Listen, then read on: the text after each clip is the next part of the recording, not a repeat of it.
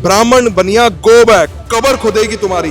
Atrocity act 1989 में भी यही चीज है। ब्राह्मण बनिया भारत छोड़ो, चोटी तिलक तराजू तलवार इनको मारो जूते चार। तब नो मीन नो समझ में नहीं आता कि वुमेन एम्पावरमेंट वालों को। विश्वविद्यालय में प्रवेश किए आप तो उसके बाद वो सीधे हो गया कि आपका नाम क्या, आपके यहाँ पांडे लिखा है, मिश्रा लिखा है। तो आज दिल्ली यूनिवर्सिटी में जो ये आवाज उठ रही है, जो आप मेरे पीछे ये शोर सुन रहे हैं, वो शोर क्यों है ये बताने के लिए छात्रों से अच्छा कोई नहीं हो सकता। तो आपका नाम क्या है? जी, मेरा नाम अजय राज द्विवेदी हुआ और मैं दिल्ली स्कूल ऑफ जर्नलिज्म का मास्टर्स का स्टूडेंट हूँ। तो आप ये बताएं कि अभी आप जो ये पोस्टर लेकर ये खड़े हैं जिस पर ये लिखा है कि हमारा गुनाह ये है कि हम सामान्य वर्ग से आते हैं, आप सोचिए ये अपने आप में कितनी बड़ी स्टेटमेंट है। तो आप बताइए कि एक छात्र होने के नाते आज ऐसी क्या चीज है, इस नियम में ऐसी क्या चीजें हैं जिसे लेकर आपका दृष्टिकोण ऐसा है कि आज जनरल होना एक गुनाह बन गया है? बिल्कुल, आप जब पूरे कानून को पढ़िएगा, उस कानून में जब हम पूरा लबो लुभाव देखते हैं तो उस कानून का लबो लुभाव है कि आप सवर्ण हैं तो अपराधी हैं। आपको कहीं ये छूट एलिगेशन नहीं दिया गया है कि अगर आप पर फेक केस होते हैं तो आप कहाँ जाइए, कोई प्रावधान नहीं। दूसरा, क्या इस शैक्षणिक परिसर में ब्राह्मण बनिया भारत छोड़ो, चोटी तिलक तराजू तलवार इनको मारो जूते चार जैसे नारे नहीं लगते हैं? तो क्या यूजीसी के बैठे लोगों को और ब्यूरोक्रेसी को ये समझ में नहीं आ रही है कि ये भी एक भेदभाव है? अगर आप कह रहे हैं कि हमारे साथ जो भेदभाव हो रहा है वो सही है और उनके साथ जो होगा वो गलत है, तो फिर तो ये न्याय नहीं हुआ। फिर निष्पक्षता कहाँ गई आपकी? फिर आप एक चश्मे से देख रहे हैं और न्याय ऐसा होता नहीं है। आपकी तो न्याय जो है निष्पक्षता की भाव लाती है कि सबके साथ समान व्यवहार। अगर आप ही हमारे साथ दुर्व्यवहार करिएगा, इस विश्वविद्यालय में पैर रखने से पहले हमको ये सोचना पड़ेगा कि हमको संभल के चलना है, क्योंकि हम सामान्य वर्ग हैं, हम पहले से ही आरोपी सिद्ध हैं, फिर हम कैसे शिक्षा प्राप्त कर सकते? अभी कल इस चीज को लेकर शिक्षा मंत्री ने जो कहा, उन्होंने जो आश्वासन कहीं ना कहीं दिया कि इसमें फेक केसेस नहीं होंगे और सरकार इस पर एक दृष्टि रखेगी, उससे लेकर आप क्या कहना चाहेंगे? सरकार जो आश्वासन दे रही है, ये ऐसा लगता है, मैं ये मतलब कहना जो है मैं अच्छा नहीं समझता हूँ, लेकिन मजबूरी में कहना पड़ रहा है कि इस देश का एक शिक्षा मंत्री ने इस कानून को नहीं पढ़ा। अगर वो पढ़ते तो ऐसी बात बिल्कुल नहीं करते, क्योंकि इसमें स्पष्ट जब दिख रहा है कि ये चीजें प्रावधान है। फॉल्स एलिगेशन से कर कैसे बच जाएंगे? कौन बचाए? ये तो मतलब राह चलते स्टेटमेंट दे दिए ना। शिक्षा मंत्री का बयान ऐसे इतना हल्का होना चाहिए। फॉल्स एलिगेशन नहीं लेगा। इस देखिए SC/ST केस कितने फॉल्स होते हैं, महिला वाला कितना फॉल्स केस मिलता है, क्या वो फॉल्स केस नहीं है? तो आपको वो नहीं दिख रहा। आप कहने भर से थोड़ी हो जाएगा कि फॉल्स केस नहीं होते हैं। इस देश में हमने देखा है, हम उसके भुक्तभोगी हैं। सामान्य वर्ग सबसे ज्यादा भुक्तभोगी है उस चीज का, फेल से एलिगेशन का। यहाँ पे अगर एक लड़का एक लड़की को प्रपोज कर अगर मना कर दे तो वो एलिगेशन लगा देता है कि हम दलित हैं इसलिए मना करें, तो हम जा रहे हैं केस करने। ऐसा आया था। तो ऐसे केस आ रहे हैं। अगर इस देश के शिक्षा मंत्री और ब्यूरोक्रेसी को नहीं दिखते, दुर्भाग्य है इस देश का। और हम जब विश्वविद्यालय की बात करते हैं तो विश्वविद्यालय का अर्थ होता है कि विश्व भर के छात्र आएंगे और एक तरह से रहेंगे, एक व्यवहार करेंगे। और आप इसको जातिगत अखाड़ा बना रहे हैं, जो जहां समझिए कि विश्वविद्यालयों में छात्र संघ के चुनाव होते हैं, इसका कितना दुरुपयोग होगा। हम समाज से उठ के आए थे कि हम जातिवाद से तुम तोड़ोगे, हम राष्ट्रवाद से जोड़ेंगे, हम नारा ये देते हैं, हम ये लोग हैं। और आप हमको कह रहे हैं कि आप जाति आधार पे अखाड़ा बनाना चाहते हैं, हम एक दूसरे पे एलिगेशन लगाएं। तो क्या इस नियम के आने के बाद यूनिवर्सिटी कैंपस में जो स्टूडेंट की एक पहचान छात्र के रूप में होती थी, क्या वो पहचान अब आपको भी लगता है कि वो कहीं ना कहीं जाति वर्ग में ज्यादा बढ़ जाएगी और एक नया खांचा निकल कर आएगा और जो विभाजन है वो ज्यादा हो जाएगा छात्रों के बीच? बिल्कुल बिल्कुल। इस कानून के बाद तो छात्र से पहले आप जाति कौन सी है ये इंपॉर्टेंट है, कि आपके नाम के आगे टाइटल क्या है ये इंपॉर्टेंट है। छात्र होना दूसरी बात हो गई। विश्वविद्यालय में प्रवेश किए आप तो उसके बाद वो सीधे हो गया कि आपका नाम क्या, आपके यहाँ पांडे लिखा है, मिश्रा लिखा है, आप आरोपी हैं, आप नहीं हो सकते, यहाँ से या तो चले जाइए या तो यहाँ रहना है तो इस तरह से रहिए। और दूसरी बात, एक पहले कानून आया था जिससे इस देश में सवर्णों की राजनीतिक हत्या की गई, तो मैं बहुत बड़ा बात कर रहा हूँ। और ये कानून अगर वापस नहीं होता है, अगर संशोधन नहीं है, तो ये समझिए कि सामान्य वर्ग के लिए ये शैक्षणिक हत्या का प्रयास है, शिक्षा से वंचित करने का एक प्रयास है, जो वामपंथी विचारधारा मानसिक रूप से इस सरकार में चोला ओढ़ के बैठे हुए हैं, वो ये नियम पारित करती है। और ये नियम देखिएगा, ये नियम तो कहीं से भाजपा सरकार की है ही नहीं, ये तो इंदिरा साहनी की है, इंदिरा का है। जो इंदिरा जी है, महिला थी, उन्हों को कमेटी का अध्यक्ष बनाया गया था। तो पूरा का पूरा वामपंथी विचारधारा है और इसको सरकार एक्सेप्ट कर रही है। सरकार इसको पढ़े और देखे कि ये किस विचारधारा का कानून है। ये कैंपसों में उससे भी बदतर हालत हो जाएगी। जो अभी तक भारत बनिया छोड़ो, ये लाठी और डंडे से बात करेंगे फिर हमसे, इस तरह की बनने। तो मेरा यही आग्रह है सरकार से, सरकार इसको अध्ययन करे और इसमें संशोधन का जो प्रावधान है, आप दंड का प्रावधान करिए और आप ये सुनिश्चित करिए, आश्वासन दीजिए कि आप कैसे आप ये जस्टिफाई करेंगे कि कौन आरोपी है कौन नहीं है। इस पर एक पुख्ता कानून दिखाइए, बताइए और समझाइए।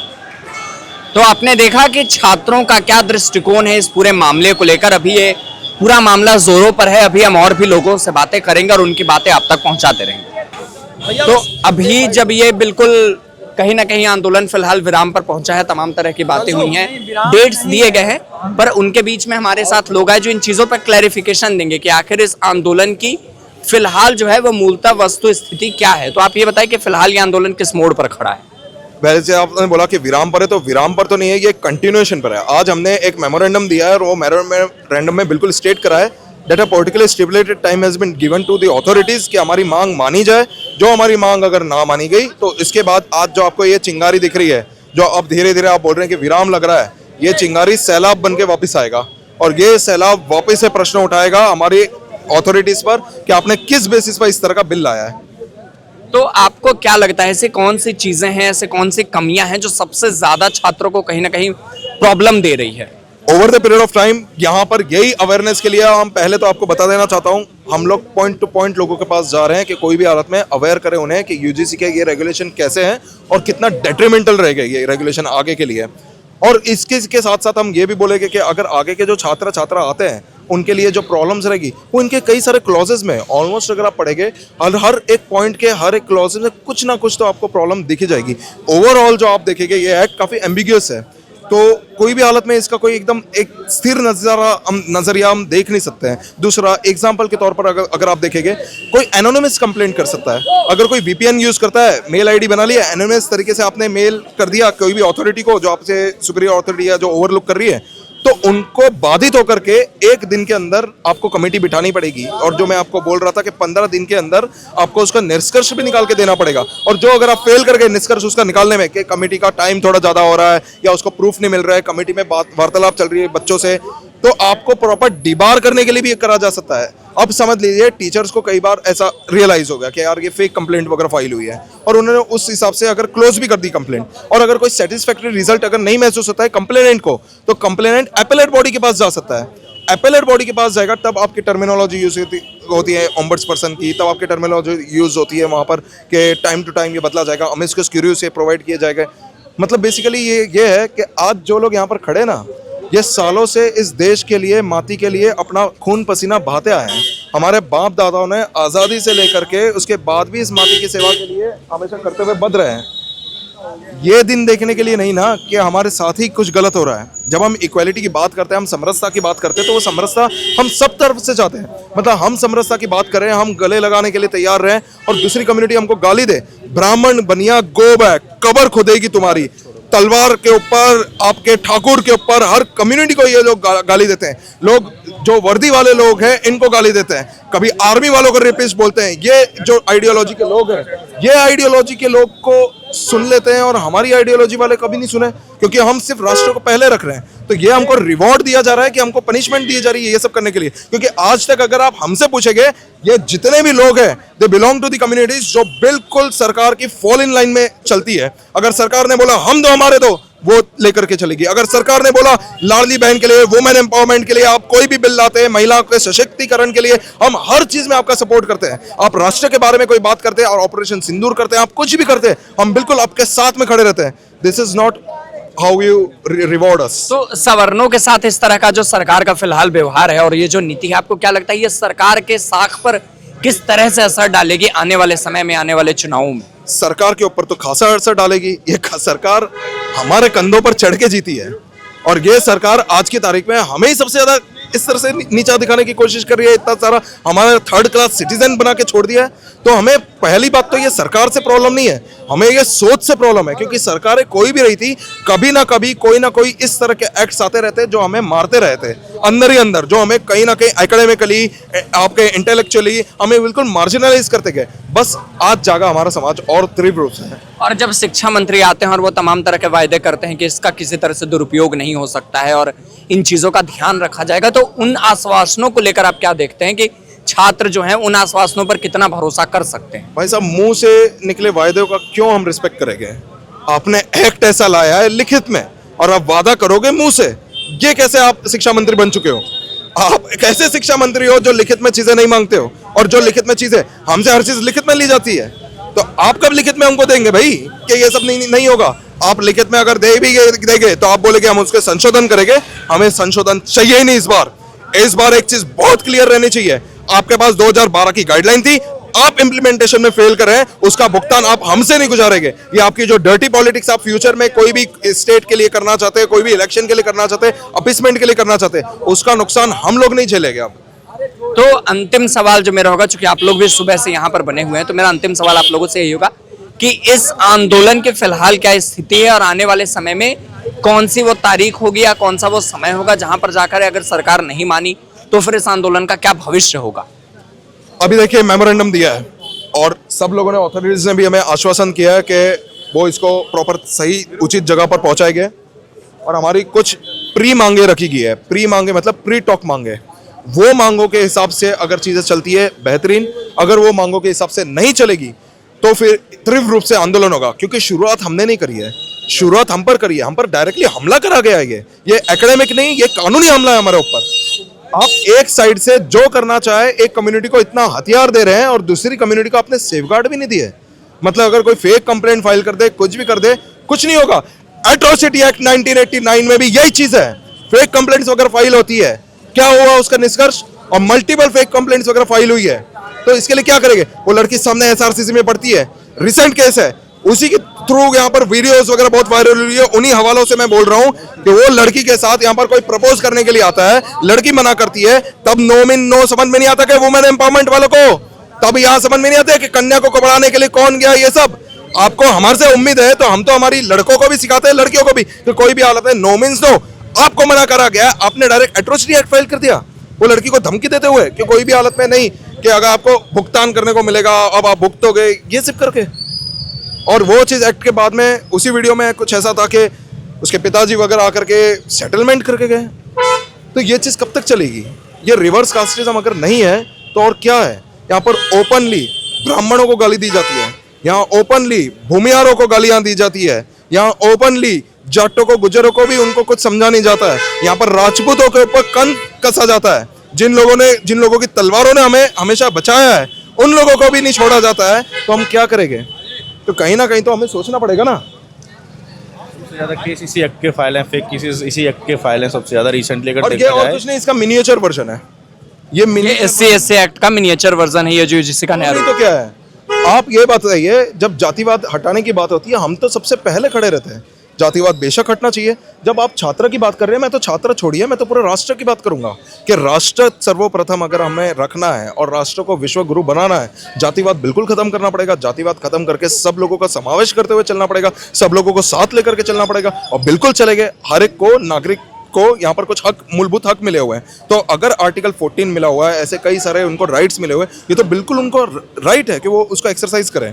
तो हम तो मानते हैं कि इक्वलिटी होनी चाहिए, पर ये कौन सी इक्वलिटी जहाँ एक कम्युनिटी का इतना तरीके से शोषण हो रहा है, इतना तरीके से उसको थ्रेटनिंग महसूस कर रही है, और दूसरी कम्युनिटी कैसे मतलब ये चीज़ झेल देख सकती है? क्योंकि हम नहीं देखेंगे। अगर किसी दलित के साथ कभी कभी गलत होता है, हम तो उसके लिए भी बिल्कुल बहिष्कार करते हैं। उसके लिए भी हम बिल्कुल दलितों के साथ भी खड़े हैं, हम यादवों के साथ भी खड़े हैं, हम प्रॉपर जाटों के साथ भी खड़े हैं, हम कुर्मियों के साथ भी खड़े हैं, हम हर वो कम्युनिटीज़ के साथ खड़े हैं जिनको ऐसा लगता है कि वो सेफ नहीं है। हम हर वो कम्युनिटीज़ के साथ खड़े हैं जिनके साथ गलत हो रहा है, चाहे फिर वो भला ही ब्राह्मण क्यों ना हो, अगर उनको भी गालियाँ पड़ रही तो टेक्निकली अगर हम लोग कोई भी हालत में जाति के ऊपर उठ करके अगर ये सब चीज़ें कर रहे हैं, तो आप लोगों को भी हमारा सहभाग इस चीज़ के लिए करना चाहिए। तो देखा आपने, ये आंदोलन की फिलहाल मूलतः वस्तु स्थिति है। यहाँ पर जो मेमोरेंडम दिया गया है उसका इंतजार किया जाएगा और उसके आगे जो भी अपडेट होगी वो हम आप तक पहुँचाते रहेंगे। तो अभी जो आप मेरे साथ लगातार इस आंदोलन को फॉलो कर रहे हैं, तो अभी इस आंदोलन में एक अजीब तरह की हलचल सी हुई, तो हमें ये बताएं कि अभी फिलहाल इस आंदोलन की वस्तु स्थिति क्या है और जमीन पर यह आंदोलन अभी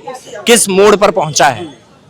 आज हम लोग प्रॉक्टर सर से मिले और अभी हमारा एक डेलीगेशन सर से मिलेगा, उन्हें मेमोरेंडम देगा और एक समय अवधि दी जाएगी ताकि वो हमें इस बात का आश्वासन दिलाएं कि ऐसी कोई गाइडलाइंस दिल्ली यूनिवर्सिटी में लागू नहीं होगी।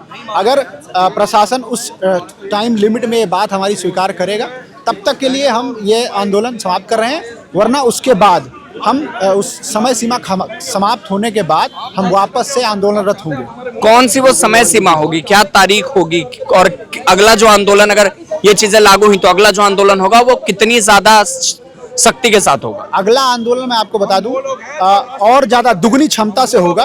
और इसके लिए हम लोग जो है समय सीमा जो दे रहे हैं डिपार्टमेंट को, हम लोग इसलिए दे रहे हैं ताकि वो इस पे कुछ कर सकें। अगर वो ऐसा नहीं करते हैं तो आंदोलन में आपको विश्वास दिलाना चाहता हूं कि दुगनी क्षमता से आंदोलन होगा। और फिर हम लोग यहाँ धरने पे भी बैठेंगे, जरूरत पड़ेगी तो हम लोग तब तक बैठेंगे जब तक ये सरकार उस यूजीसी रेगुलेशंस को वापस नहीं लेगी। तो कौन सी वो तारीख हो सकती है, कोई अनुमानित तारीख है कि आखिर कितने दिनों का वक्त दिया जाएगा? अब हमारा डेलीगेशन अभी प्रॉक्टर सर से बात कर रहा है, जैसे चीजें क्लियर होंगी हम आपको बताएंगे। और किस तरह के बिल में वो सुधार हैं और क्या वो चीजें हैं जिसके वायदे अगर आपको मिले तो ये जो आंदोलन है वो सिमट सकता है? वो क्या वायदे और क्या आपकी मांग क्या रखी है आप? प्राइमरी कंसर्न तो हमारा ये है कि ये रेगुलेशंस यूजीसी को रोल बैक करनी चाहिए। सबसे पहले तो उन्हें वापस ले, उसके बाद अगर कोई ऐसा सुझाव है तो गवर्नमेंट एक कमेटी बनाए जिसमें सबके हितों की सुरक्षा के लिए सुझाव लिए जाएं। तब जाके जैसे कि बाय डेफिनेशन जो कास्ट बेस्ड डिस्क्रिमिनेशन है वो बाय डेफिनेशन बता दिया गया है कि किनके साथ हो रहा है और कौन करने वाला है। तो ऐसी बहुत सारी चीज़ें, जैसे कि इसमें कोई पेनल्टी का प्रावधान नहीं। अगर आप फर्जी केसेस करते हैं किसी के ऊपर तो कम से कम जिसके ऊपर हुआ है, जो मेंटल हैरेसमेंट झेल रहा है, भले ही आपने कहा है 15 दिन में जो है रिपोर्ट लगानी है, तो 15 दिन उस मेंटल हैरेसमेंट झेलने के लिए उसको क्या वो दिए जाएंगे। मैं आपको एक बात और कहूँगा कि अभी मैंने सुना कि देश के शिक्षा मंत्री कह रहे हैं कि मैं अश्योरेंस दे रहा हूँ कि किसी के खिलाफ जो है मिसयूज़ नहीं होगा। तो मैं उनसे भी पूछना चाहूँगा कि क्या आप SC/ST एक्ट का जो मिसयूज़ हो रहा है, सरकार का कोई नुमाइंदा उसकी जिम्मेदारी ले रहा है कि हम किसी इसका मिसयूज़ नहीं होने देंगे? ये बिल्कुल वैसे है कि हम कुछ कह दे रहे हैं और कल को जब आप ऐसा कुछ हो जाएगा तो कोई पूछने वाला नहीं है। सिर्फ माहौल ठंडा करने के लिए ऐसी बयानबाजी की जा रही है। तो मतलब आप देखें इस आंदोलन का भविष्य यही है कि जब इनके दी हुई मियाद में वो चीजें नहीं सुनी जाएगी, आंदोलन दुगनी शक्ति के साथ आपको इसी धरती पे दिखेगा। अब ये जो हमारी पूरी कवरेज थी वो अपने समाप्ति की तरफ है, कहीं ना कहीं अब हम लोग अंतिम वाक्यों की तरफ जाएंगे। पर दिल्ली यूनिवर्सिटी जैसे जगह पर जब आप आते हैं और फिर वहां आकर जब आपको जमीन पर ऐसे नारे बिखरे मिलते हैं जिन पर लिखी होती है छात्र शक्ति और राष्ट्र शक्ति की बातें, तो वो कहीं ना कहीं सोचने वाली चीज है कि आखिर सरकार के ऐसे कौन से फैसले हैं, ऐसी कौन सी चीजें हैं जिन्होंने आज छात्रों को इतना ज्यादा मजबूर कर दिया है कि वो जमीन पर उतरकर इतने सख्ती के साथ आंदोलन करे। आखिर जो हमारी सरकार है, आप मेरे पीछे देखें, जिस तरह से यहाँ पर ये विरोध प्रदर्शन आज की नीतियां कल का भविष्य तय करेंगी जैसी बातें लिखी हैं, तो ये नीतियां जो भविष्य कहीं ना कहीं दिखा रही हैं वो अपने आप में बहुत डरावना है। सरकार जब ऐसे कानून लेकर आती है और तमाम तरह की बातें करती है कि वो विभाजन खत्म करेंगे और लोगों के बीच की खाई को खत्म करेंगे। मैं भी इसी यूनिवर्सिटी से पढ़ के निकला हूँ, मैंने भी इसी जमीन से तमाम पत्रकारिता की जो चीज़ें हैं मैंने यहीं से वो तकनीकें हासिल की हैं। और आज जब मैंने यहाँ कदम रखा तो मैंने एक अलग माहौल महसूस किया है। मैं पिछले 5 वर्षों से इस कैंपस में हूँ, पर मेरी माने तो मैंने कभी इतना ज़्यादा आक्रोश जनरल और SC/ST के बीच में महसूस नहीं किया था। नारे तब भी लगते हैं जब सवर्णों को लेकर नारे लगाए जाते हैं, जब ब्राह्मणों को लेकर नारे लगाए जाते हैं, तब जो अपने कानों के ऊपर हाथ रखकर ये कहते हैं कि ऐसा कुछ नहीं है। तो आप मेरी बात माने, UGC के जितने भी लोग हैं और सरकार में बैठे जो लोग हैं वो ये बात माने कि अपनी आंखें बंद कर लेने से सूरज छिप नहीं जाता है। आपको निकलकर उस सूरज का सामना करना पड़ेगा, आपको वो रोशनी देखनी पड़ेगी, आपको छात्रों की आवाज सुननी पड़ेगी जो ये कहती है कि भेदभाव मिटाने के लिए जो कानून लाया जा रहा है वो भेदभाव को बढ़ाने वाला है। वो विभाजनकारी शक्तियां हैं, वो विभाजन लेकर आएंगी, वो लोगों को एक नहीं करेंगी। क्योंकि छात्रों को जातियों में बांटना, आज इस कानून से छात्र डरे हुए, आज इस कानून से शिक्षक डरे हुए, पूरे यूनिवर्सिटी में एक डर का माहौल जो व्याप्त, और ये सिर्फ दिल्ली यूनिवर्सिटी की कहानी नहीं, JNU से लेकर BHU से लेकर जितने भी यूनिवर्सिटीज हैं वो तमाम यूनिवर्सिटियां कहीं ना कहीं इस कानून से डरी हुई हैं। तमाम सवर्ण छात्र इन चीज़ों से डरे हुए हैं। और जो चीज़ें ये कही जा रही हैं, जैसे हमारे शिक्षा मंत्री आते हैं और तमाम तरह की बातें कहते हैं, मेरा सिर्फ एक सवाल है उनसे कि आपके कह देने से, आपने आकर किसी प्रेस कॉन्फ्रेंस में यह बात कह दी और कल को अगर किसी सवर्ण के साथ, किसी ऊपरी जाति जनरल कास्ट के छात्र के साथ, किसी भी छात्र के साथ अगर कुछ गलत होता है तो क्या सरकार उसकी जिम्मेदारी लेगी? अगर एक गलत केस में फंसकर भारत के भविष्य के किसी नौनिहाल की जिंदगी बर्बाद होती है तो क्या हमारे शिक्षा मंत्री और हमारे कोई भी मंत्री मंडल के सदस्य और सरकार के नुमाइंदे आकर इन चीजों की गारंटी लेंगे? इन चीजों की गारंटी लेने कोई नहीं आएगा, पर ये तमाम तरह के नियम बनाकर इन छात्रों पर थोप दिए जाएंगे, ये तमाम नियम उनके सिर पर डाले जाएंगे और फिर उसके बाद हर छात्र कहीं ना कहीं जातियों में बटा दिखेगा। मैं सरकार से कहूंगा मैं तमाम बैठे सरकारी मोहरों से कहूंगा कि आप एक बार इस यूनिवर्सिटी में आकर इस तनाव को महसूस करें। आज आप इस डर को देखें जो इन छात्रों की आंखों में दिख रहा है। आज जो छात्र कहीं ना कहीं ये कहने से बच रहा है कि मैं SC/ST से अपने SC/ST दोस्तों से सोच कर बात करूंगा, ये वाक्य अपने आप में आप सोचे कितना डरावना है। एक छात्र को दोस्त बनाने से पहले जाति के बारे में अगर सोचना पड़ रहा है तो हमें फिर से ये तमाम परिभाषाएं बदलने की जरूरत है। हमें जो सबका साथ सबका विकास जो हमारे वर्तमान सरकार का नारा है वो इन्हीं यूनिवर्सिटी के कैंपसों में इन्हीं नारों में पीछे छूटता दिखाई देता है कि अगर आपको छात्रों को ऐसे आंदोलनों पर उतरना पड़ रहा है, ये देश का भविष्य है, ये लॉ पढ़ते हैं, इनका काम पढ़ना था ताकि ये पढ़कर देश के भविष्य को मजबूत कर सके। पर आज ये बहुत शर्म की बात है कि सरकार की बुरी नियमों को वापस करवाने के लिए छात्रों को इतनी बुलंदियों के साथ आवाज को उठाना पड़ रहा है और फिर भी हमारी सरकार बहरी होकर बिल्कुल ही इन चीजों को इग्नोर कर रही है। तो अब देखना यह है कि आखिर छात्रों ने जो वक्त दिया है और जो वक्त प्रशासन ने मांगा है उस वक्त के बाद, उस मियाद के खत्म होने के बाद कितनी चीजें सही होंगी। अगर चीजें सही नहीं होंगी, छात्रों ने कहा है वो दुगनी शक्ति के साथ यहाँ उतरेंगे और हमारा वादा है कि छात्रों की आवाज जितने भी यहाँ से उठेगी हम आपको पहुंचाते रहेंगे। तब तक आप बने रहे हमारे साथ और देखते रहे सत्य भारत टाइम्स।